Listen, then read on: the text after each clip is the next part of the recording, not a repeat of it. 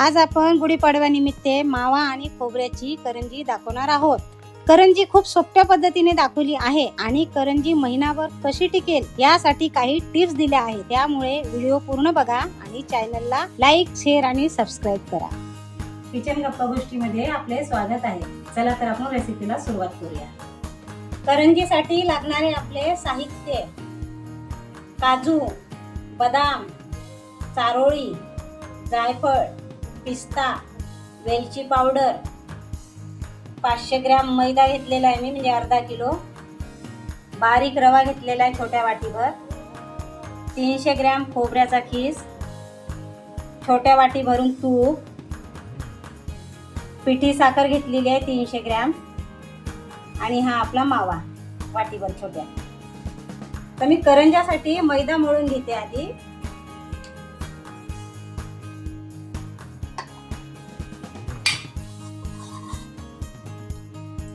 आणि त्याच्यामध्ये आपण छोटीसा वाटी भरून रवा टाकत आहे बारीक।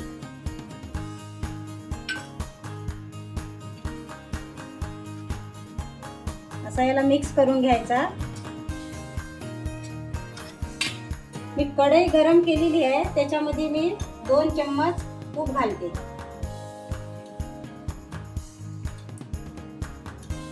आणि ते तूप आपण याच्यामध्ये टाकून घेणार आहोत मैद्यामध्ये।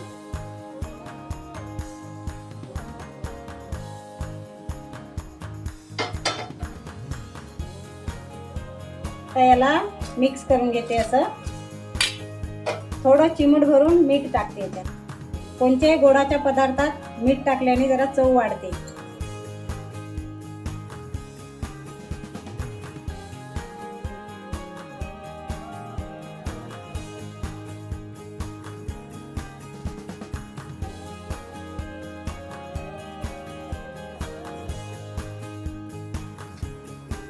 आता हे पाणी घालून थोडं हळूहळू आपण थोडं पाणी घालून मळून घेऊ।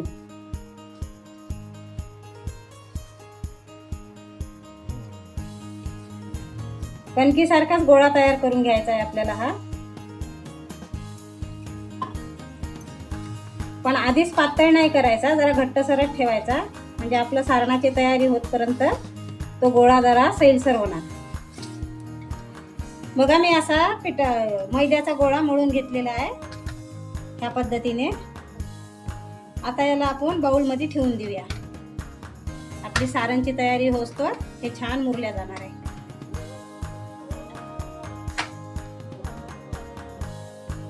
मी कढई गरम व्हायला ठेवली, त्याच्यामध्ये 2 चम्मच तूप घातलेलं आहे। आता मी रवा भाजून घेते।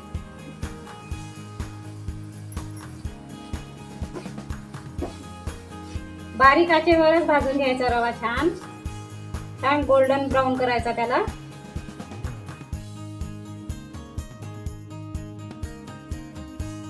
हे बघा रवा झालेला आहे आपला, छान झाला गोल्डन ब्राऊन कलर। हे बघा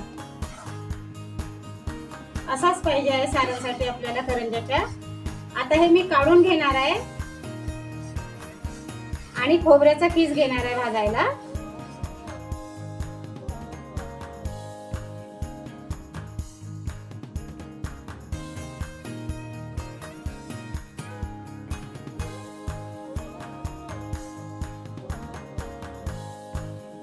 आता खोबऱ्याचा किस भाजण्यासाठी काही तूप नाही घालणार आहे, असाच कोरडाच भाजून घेणार आहे।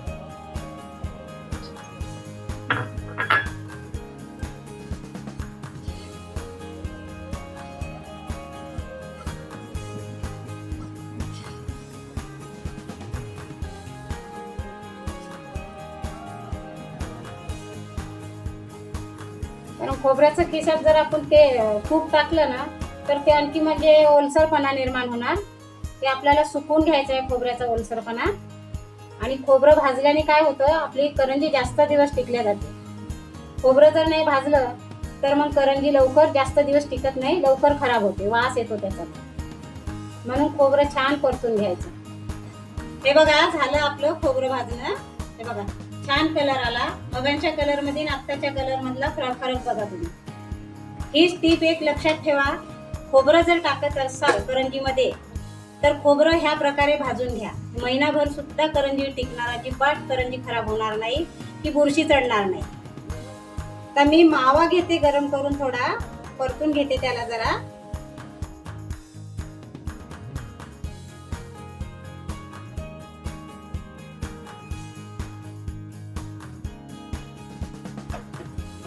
माव्याने काय होते, आपल्या करंजीमध्ये ओलसरपणा टिकून राहतो जास्त काळ.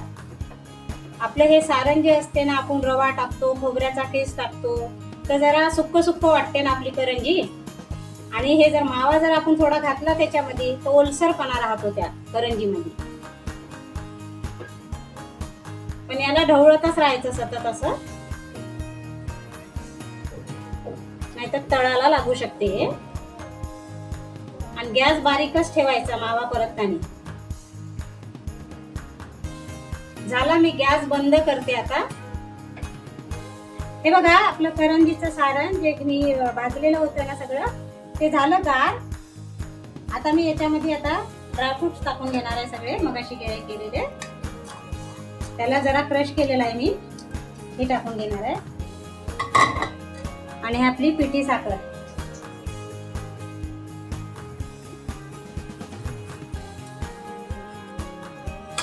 आणि आता याला एकजीव करून घेऊया आपण छान. हलक्या हलक्या हातानेच करायचं.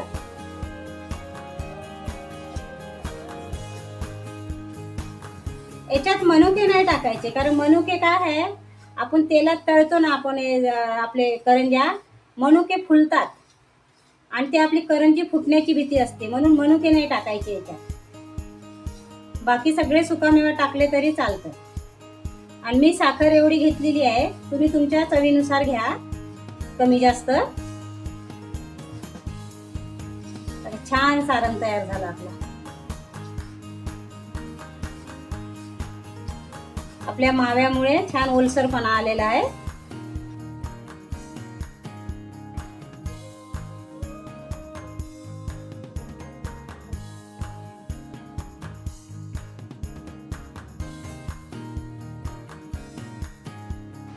करंज्यांसाठी आपण साठा तयार करून घेऊया.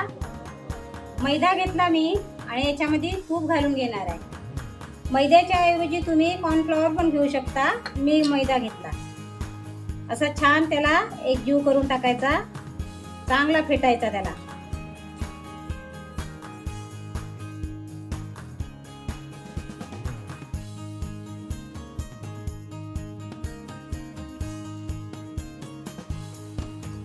याच्या गाठी आहे झालेल्या, ते पूर्ण फोडून घ्यायचे आपल्याला.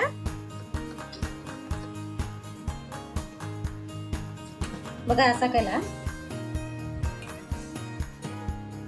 हे बघा, मैदा आपला छान मुरलेला आहे. आता याच्या आपण चपात्या लाटून घेणार आहे. असा गोळा, एवढा गोळा घेते मी.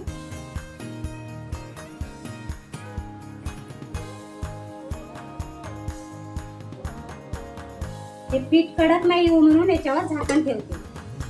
आणि हे मैद्यामध्ये मी गोळा भिजून याचा हे करून घेतलाय. आणि बघा,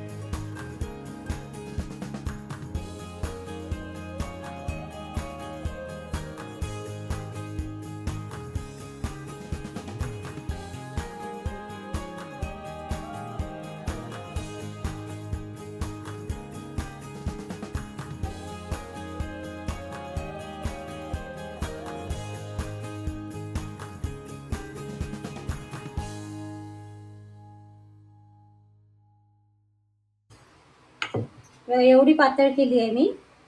आता हे ठेवून देते ह्याच्यात. तशीच आता दुसरी घेते लाटून. ह्याचप्रमाणे मी दुसऱ्या पण लाटून घेणार आहे. तर आपण ह्या चपात्या पूर्ण लाटून घेतलेल्या आहे. आता त्याच्यावर आपण साठा लावून घेऊया.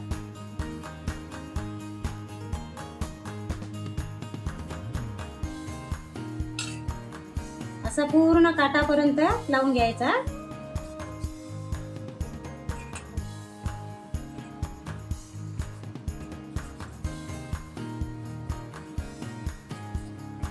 आता याच्यावर दुसरी चपाती टाकून घेऊ आपण.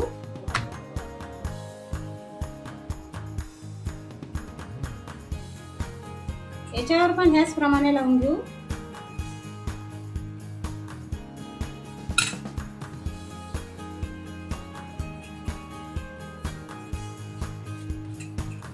याप्रमाणेच आता सर्व एकावर एक लावून घेणार आहे मी.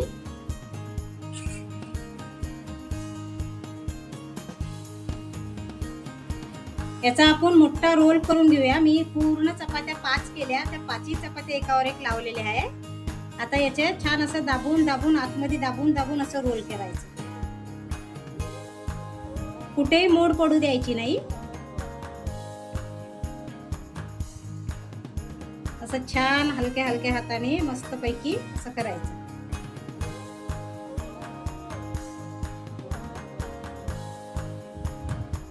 पूर्ण लास्ट पर्यंत असं न्यायचं करत.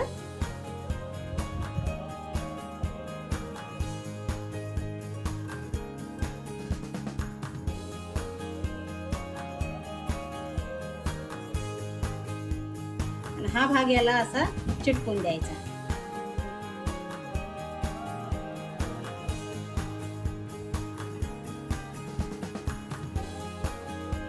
आता हे असं असं हाताने करून जरा लांब लांब करायचं याला.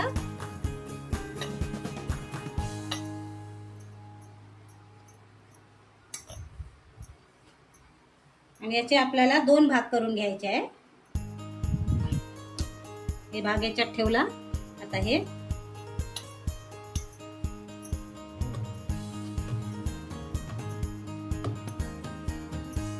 लहान मोठ्या कशा करंज्या तुम्ही करता त्याप्रमाणे काप करून घ्यायचे आपल्याला.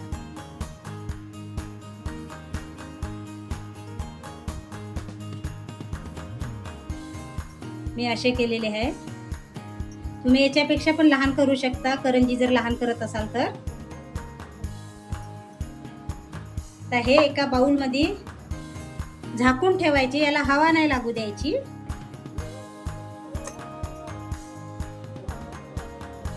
याचे पण तसेच करून घेणार आहे मी.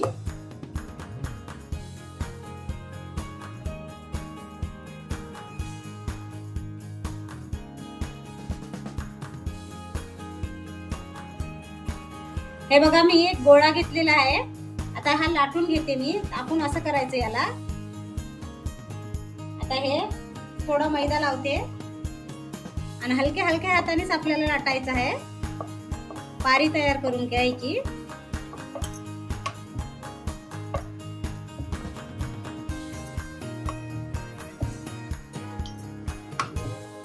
आणि आता याला मी ह्या दुधामध्ये थोडा मैदा टाकलेला आहे.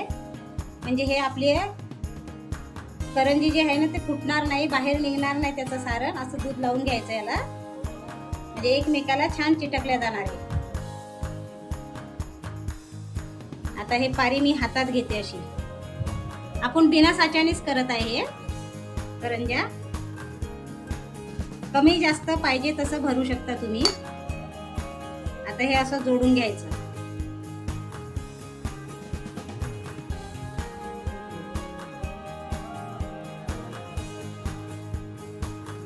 तर हे छान पॅक करून घेतलेलं आहे आपण.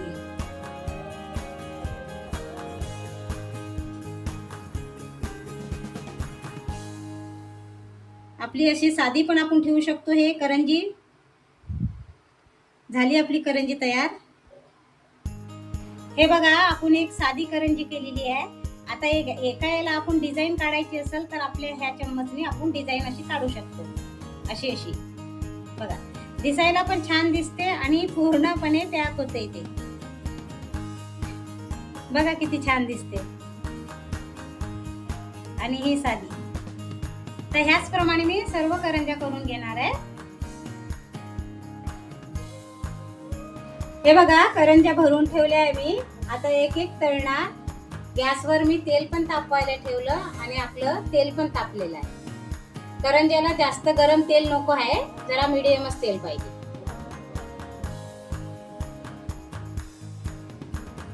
दोन टाकते मी आधी.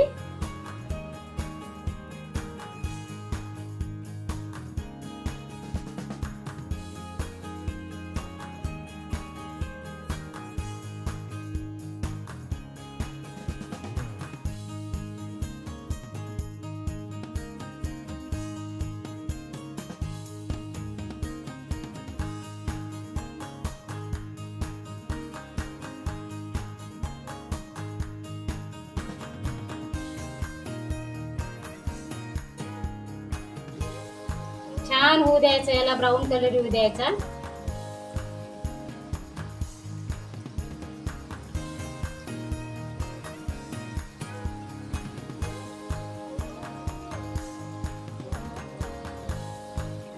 हे बघा झाले आपल्या करंज्या.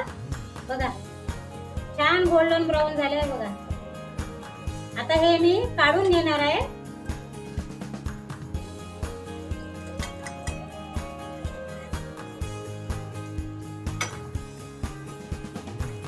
आणि ह्याप्रमाणेच बाकीच्या पण तळून घेणार आहे. हे बघा झालंय आपल्या करंज्या तयार. मी तुम्हाला एक फोडून दाखवते. बघा कसली छान झाली, आतपर्यंत शिजली. सारण आपलं पूर्ण काटापर्यंत गेलेलं आहे आणि छान कुरकुरीत झालेली आहे. आवाज ऐकला ना तुम्ही, छान कुरकुरीत झालेली आहे. झाल्या आपल्या गुढीपाडव्यासाठी करंज्या तयार. तुम्ही पण ही रेसिपी ट्राय करा आणि व्हिडिओला लाईक करा, जास्तीत जास्त शेअर करा. आणि याच्या आधी पण मी व्हिडिओज टाकलेले आहेत, ते पण बघा आणि चॅनलला सबस्क्राईब करा. आणि सर्वांना तुम्हाला गुढीपाडव्याच्या हार्दिक हार्दिक शुभेच्छा. धन्यवाद.